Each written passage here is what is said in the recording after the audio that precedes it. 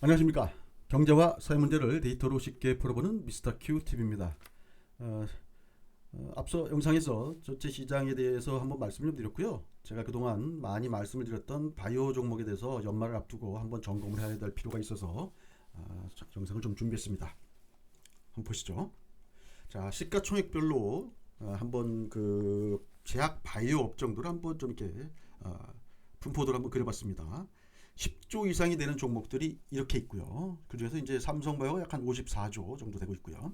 다음에 5조에서 10조 사이에는 이런 종목이 있는데 앞에 종목들 그 특히 이제 치료제나 이런 것 때문에 그 많이 올랐던 종목들이라든지 진단이나 이런 거 제외하고 한미사이언스 제가 이제 빨간 걸로 표시했습니다. 한미사이언스에 대해서 좀 한번 좀 알아보고요. 4조에서 5조 사이에도 좀 알테오젠, 뭐 유한양행, 그다음 녹십자 한미약품, SK케미칼도 있지만 뭐 요거는 그동안 CMO 관련해서 시세를 많이 뽑았기 때문에 일단 2조에서 4조 사이에도 이제 제넥신 뭐 등등 이런 종목들이 있습니다. 그다음에 1조 이상에도 많은 종목들이 지금 분포되어 있고요. 특히 이제 제가 그 언급을 그동안 많이 했던 에스테팜, 오스코텍, 레고캠바이오 이 세 종목이 같이 움직이는 경향이 있었는데요. 에스테팜, 오스코텍이 한동안 2조를 넘는 어떤 그런 그 주가 상승이 나왔죠. 그 두 종목이 상승 나오는 중에 레고캠바이오는 상당히 좀 그 뭐랄까요, 좀 소외가 됐었는데 최근 들어서는 위에 두 종목이 뭐 그 뭐랄까요, 횡보 내지는 하락 조정 받는 과정에 레고캠바이오는 오히려 이제 상승을 하는 그런 흐름을 보이고 있습니다. 다음에 이제 1조 미만에도 지금 보시면 뭐 올라갔다 좀 됐다 내려오긴 했지만 박셀바이오라든지 이런 종목들이 지금 1조 미만대 그 1조 바로 턱 밑에서 지금 자리를 잡고 있습니다. 자, 그럼 미국 쪽에 그 바이오텍들 빅파마들은 과연 시가총액이 어떤지 한번 볼까요? 존슨앤존슨이 대충 편의상 제가 그냥 곱하기 1,000원으로 하겠습니다. 402조 정도 되죠. 그 다음에 파이자는 한 228조, 그 다음에 머크가 209조, 에브비가 187조, 암젠이 132조, 길리어드가 한 76조 정도 됩니다. 그래서 이제 우리나라에는 이제 삼성바이오로직스가 54조 원이고요. 셀트리온이 48조 원인데 셀트리온 3총사를 전부 다 합치면 약 한 80조 정도가 됩니다. 그러면 대략 길리어드하고 어깨를 나란히 하는 그런 수준이 되겠습니다. 그래서 우리나라 바이오 회사들도요, 시가총액이 만만치 않습니다. 다음은 이제 시가총액별로 이슈가 있었던 것들을 한번 알아보겠습니다. 최근 셀트리온의 어떤 매도 리포트가 뭐 굉장히 좀 그 관심을 끌었는데요. 반면에 매도 리포트 나왔지만 또 그동안 공매도를 해놨던 수량들이 지금 계속 감소되는 그런 흐름을 보이고 있고요. 그다음에 이제 백신 CMO 관련해서는요, 최근 들어서 그 백신을 개발한 개발사들이 뭐 일단 그 긴급 사용 승인을 받으면서 계속 주문을 받고 있죠. 그래서 아마 모르긴 몰라도 화이자도 그렇고 모더나도 그렇고 계속 주문을 받고 있기 때문에 아마 일정 수량 충분히 자기네들이 이제 주문을 받고 나면 그 다음에는 아마 생산과 관련된 그 이슈를 아마 좀 부각시키지 않을까라는 그런 생각이 좀 듭니다. 지금은 오히려 막 물량이 딸린다고 해야 물건 사고자 하는 사람들이 더 그 뭐랄까요, 돈 싸들고 달려드는 그런 상황이 되겠죠. 그래서 우리나라에서도 지금 갑자기 이제 백신 CMO로 그 부각된 한미 약품이 한미 사이언스 두 종목이죠. 그래서 이런 쪽이 지금 그 시장에서 언제쯤 그 다시 또 주목을 받을 수 있게 되냐 이런 것들 한번 좀 살펴보는 계기가 될 것 같습니다. 그다음에 이제 백신 접종 이후에 이제 진단주의 흐름이 좀 일단 약간 소외되는 흐름이 나오고 있고요.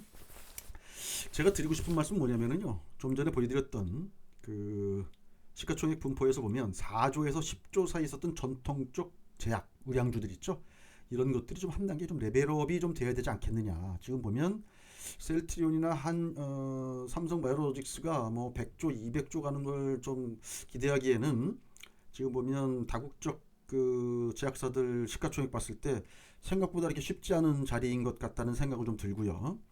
그 다음에 이제 그렇다 그러면 지금 보시면 4조에서 한 10조 사이에 있는 그런 우량주들이 한번 10조 정도까지 가는 그런 어떤 레벨업이 나와야 뭐 1조에서 3조 사이에 있는 것들이 한 5조 넘어가는 흐름이 한번 나올 수 있을 것 같고요. 그 다음에 한 5천억에서 1조 사이에 있는 또 종목들이 한 1조를 넘기는 흐름이 한번 그게 업사이드 흐름이 생겨야 또 이제 상승 흐름이 나올 수 있는 어떤 계기가 될 거라고 이렇게 보여집니다. 그런 차원에서 제가 시가총액별로 좀 한번 다시 한번 생각해보자라는 그런 차원에서 한번 말씀을 좀 드렸습니다.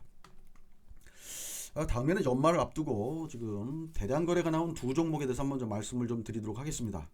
제일 먼저 오스코텍입니다. 오스코텍은 지금 보시면 12월 1일 날 개인 쪽에서 32만 주 매도가 있었고요. 그 다음에 이걸 기타법인에서 받았습니다. 근데 기타법인이 다음 날 33만 주를 팔았고요. 받아간 쪽은 지금 보시면 외국인이나 아니면 사모펀드 이렇게 보여지죠. 지금 일단 거래 상대방이.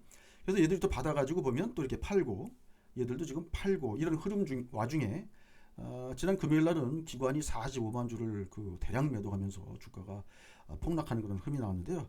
이 원인에 대해서 제 나름대로 한번 좀 그 말미에 한번 다시 한번 좀 말씀드리도록 하겠습니다. 다음은 매드팩터입니다. 매드팩터도 보시면 12월 10일 날 보시면 그날 종가가 10만 원으로 좀 내려가면서 대량 거래가 마지막 종가에 됐었는데요. 아마 이 개인 쪽에서 매도가 나오고 그 다음에 투신 쪽에서 매수가 이루어졌던 것 같습니다. 기관에서. 그래서 지금 보시면 연말을 앞두고 양도 차익 과세 회피 물량 때문인지 뭔지 모르겠으나 개인들의 대량 매도가 나오고요. 이게 대주주 관련된 물량이면은 아마 신고가 들어왔을 텐데 신고가 아직 안 나온 거 봐서는 그런 물량은 아닌 것 같습니다. 그래서 이런 물량들의 약간 그 회피성 어떤 그런 그 물량 돌리기가 좀 있지 않았는가 이런 생각이 좀 듭니다. 그래서 매드팩터 같은 경우도 아마 그런 비슷한 것들이 있지 않았는가라는 그런 생각이 좀 들거든요. 그래서 눈에 보이는 매매가 이런 거고요. 아마 이 눈에 보이는 매매 말고도 아마 뒤로 물건들이 상당히 많이 이런 물동량의 이동이 있지 않았는가. 그래서 눈에 보이는 종목 두 종목만 말씀드렸지만 그 이외의 다른 종목들도 아마 상당히 이런 거래가 좀 있지 않았는가라는 그런 생각을 해봅니다. 예년 같으면 아마 뭐 한 10월, 11월부터 이런 매물들이 상당히 많이 정리가 됐는데요. 올해는 주가가 흐름이 좋다 보니까 아마 계속 미루다가 아마 12월 달 들어와서까지도 이런 거래가 있는 게 아닌가라는 그런 생각을 해봅니다. 오스코텍 그 가격 그 폭락과 관련해 가지고 한번 말씀드리기 위해서 한미약품 기사를 갖고 왔습니다. 한미약품이 백혈병 신약 HM43239 이게 지금 임상 환자에서 치료 효과를 확인했다고 했는데 굉장히 좋은 소식이죠. 그래서 한미약품한테는 아주 굉장히 좋은 소식입니다. 지금 보시면 첫 번째 환자한테도 완전 관해가 나왔고요. 그 다음에 두 번째 환자에서도 완전 관해가 나왔습니다. 근데 9개월째 이 수준을 유지하고 있다고 나왔는데요. 중요한 건 요게 지금 AML을 유발하는 FLT3 돌연변이하고요. SYK를 이중 억제하는 기전을 가진 신약 후보 물질이라고 나왔습니다. 근데 요 지금 FLT3하고 SYK 요 두 그 바이오마커를 딱 보는 순간에 떠오른 종목이 딱 하나 있었습니다. 오스코텍입니다. 오스코텍이 지금 레이저 티닙은 우리 이미 다 알고 있죠. 이거 저 얀센의 그 기술 수출이 돼서 유한양행과 같이 이제 6대 4로 지금 로얄티를 받고 있고 굉장히 좀 앞으로 잘 될 것 같다는 기대가 좀 많은 치료됩니다. 근데 지금 문제는 뭐냐면 이 내년 JP모건 헬스케어 컨퍼런스에서 임상 데이터를 발표할 것으로 예상되는 요 SYK 저해제 류마티성 관절염 치료제죠. 여기 하고요. 요거는 이제 발표할 내용은 아니라고 하지만 AML과 관련해서 FLT3 여기를 타겟팅하는 요 두 개의 신약이 제가 빨간 걸로 지금 일단 제가 박스를 쳤는데 요 두 개 신약이 지금 한미약품에서 좀 전에 말씀드린 그 치료되고 좀 쉽게 얘기하면 쫑난 거죠. 그래서 지금 보시면 오스코텍 아마 갖고 계신 분들이 얘네는 지금 임상 데이터 발표를 안 했는데 한미약품께 너무 좋게 그 데이터가 나와서 지금 얘네 쪽에 좀 문제가 생기는 게 아니냐라고 해서 아마 일부 기관 투자가들 쪽에서 아마 매도가 나온 게 아닌가라는 그런 생각을 합니다. 그래서 그런 쪽에서 매도가 나오면서 주가가 떨어지니까 아마 뭐 이런저런 얘기가 또 돌았겠죠. 돌면서 아마 추가적으로 아마 매도가 나온 게 아닌가라는 그런 생각이 듭니다. 오스코텍은 연말에 팔 수 있는 그 CB 전환 물량이 좀 있거든요. 19,990원짜리, 19,900원짜리 한 27만 주 정도 매물이 있는데 물량이 있는데 그 물량이 많다면 많고 적다면 적은 물량인데 저도 뭐 연말 전에 그게 조금 좀 마음이 걸리긴 했는데 아마 그런 것도 아마 염두에 두지 않았는가. 그래서 그냥 먼저 좀 많이 오르기도 했고 그러니까 아마 이익 실현하자 그런 매물들이 아마 약간 병목 현상을 보이지 않았는가. 그래서 빠진 게 아닌가라는 그런 생각이 듭니다. 근데 뭐 보시는 바와 같이 신약이라는 게 그렇습니다. 이게 같은 거를 타겟팅하는 그런 약들이 한두 개가 아닙니다. 그 중에서 누구께 더 좋고 어떤 질환을 타겟하느냐에 따라서 이제 또 달라지는 거죠. 그래서 지금 모스코텍도 뭐 여기를 그 타겟팅하는 거고요. 이런 거를. 그다음에 한미약품도 이거 타겟팅하는 어떤 그런 그 AML 치료제를 만드는 거고. 그래서 뭐 같이 하는 거죠. 그래서 지금 여기도 지금 뭐그 얘네만 하는 것처럼 아마 알고 있었던 기관 투자가들도 있지 않았는가 이렇게 생각을 해봅니다. 뭐 이런 얘기하면 좀 그렇지만 기관 투자가들이 뭐 엄청난 전문가들 아닙니다. 그쪽도 뭐 바이오 쪽은 뭐 저희랑 별 차이 없습니다. 그래서 걔들도 아마 어정쩡하게 공부한 애들이 아마 좀 많이 팔지 않았는가 그런 생각을 좀 해봅니다. 이게 공부를 안 했으면은 이런 거하고 이렇게 두 개가 이렇게 겹치는지도 몰랐겠죠. 그래서 저도 사실은 좀 전에 봤던 그 기사를 금요일 날 딱 보는 순간에 그 혹시 또 이런 것 때문에 또 이런 일 생기지 않을까라는 그런 생각을 했는데 역시나 뭐 아마 제 생각은 이것 때문이지 않을까라는 그런 생각을 해봅니다.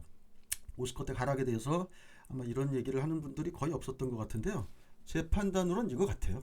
그래서 지금 아마 오스코텍 같은 경우는 뭐 이거 또 다음 주에 1월 달에 뭐 임상 데이터 발표하면서 아마 그 한미약품보다 또 뭐 더 좋은 데이터가 나올 수도 있고 하는 거니까요. 뭐 그건 뭐 좀 지켜보도록 하겠습니다. 그래서 오스코텍 관련해서는 아마 금요일 날 하락한 이유를 저는 이렇게 본다고 일단 말씀을 드리고 싶네요. 다음은 이제 나이백이라는 주식을 보면서 제가 이제 또 그 나이백도 한번 소개를 시켜드렸던 종목이죠.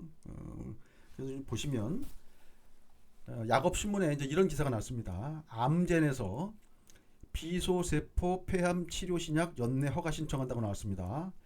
그 케이라스 저해제, 소토라십 FDA 혁신 치료제 지정. 자 보시면 암젠사가 개발 중인 이게 지금 케이라스 G12C 요 저해제 요거는 그 나이백에서도 지금 타겟팅하고 있는 그런 그 치료제거든요. 그게 지금 보시면 이게 지금 FDA에서 혁신 치료제로 지정을 받아서 얘들이 연내에 허가 신청이 들어간다는 얘기입니다. 그래서 지금 보시면 여기 이런 얘기가 나옵니다. 미국의 경우 전체 비소세포 폐암 선암종 환자의 13% 정도에서 케이라스 G12C 비원이가 잠복되어 있는 것으로 추정되고 있다.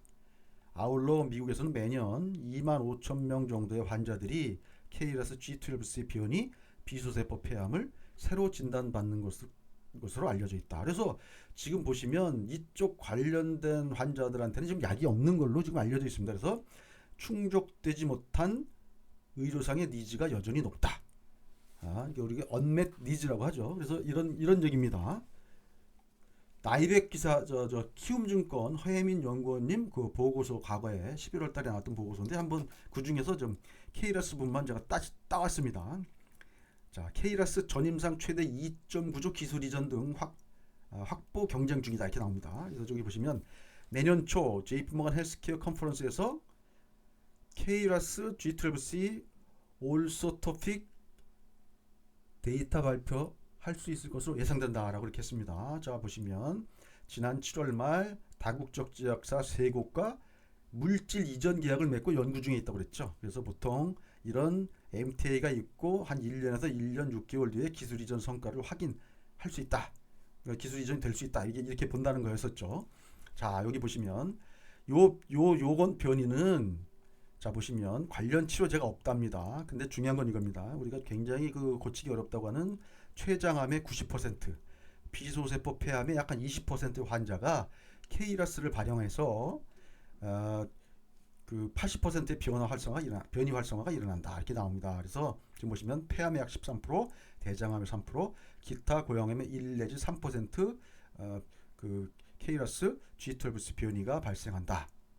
뭐 이런 얘기입니다. 근데 지금 요게 지금 암젠이라는 회사의 그 임상 데이터를 요때 그 소개를 시켜줬습니다. 아스코 2019년도 있었던 거기에서 지금 전체 반응률이 54%였다. 뭐 등등 굉장히 뭐 좋은 결과가 나왔었다고 그렇게 얘기를 했습니다.